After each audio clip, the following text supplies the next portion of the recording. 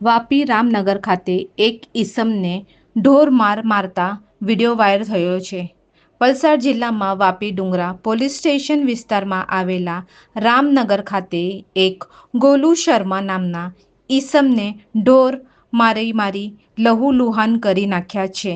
સૂત્રો પાસેથી મળી માહિતી મુજબ ગઈકાલ સાંજના સમયે ચીરીના ડુંગરા પોલીસ સ્ટેશન વિસ્તારમાં આવેલા રામનગર પંચવટી પાસે ગોલુ શર્મા કોઈ કામ અર્થ ગયો હતો, જ્યાં એક તોડી ઊભી હતી અને તોડી ગોલુ શર્માને કહ્યું કે કોણ જોઈએ છે એમ કહી બોલ્યા ચાલી કરી અને મારામારી કરવા લાગ્યા હતા અને લાકડા સળિયાથી ગોલુ શર્માને ઢોર માર્યો હતો. જે બાદ ગોલુ શર્માને વાપી ખાનગી હોસ્પિટલમાં સારવાર અર્થ દાખલ કરવામાં આવ્યા હતા.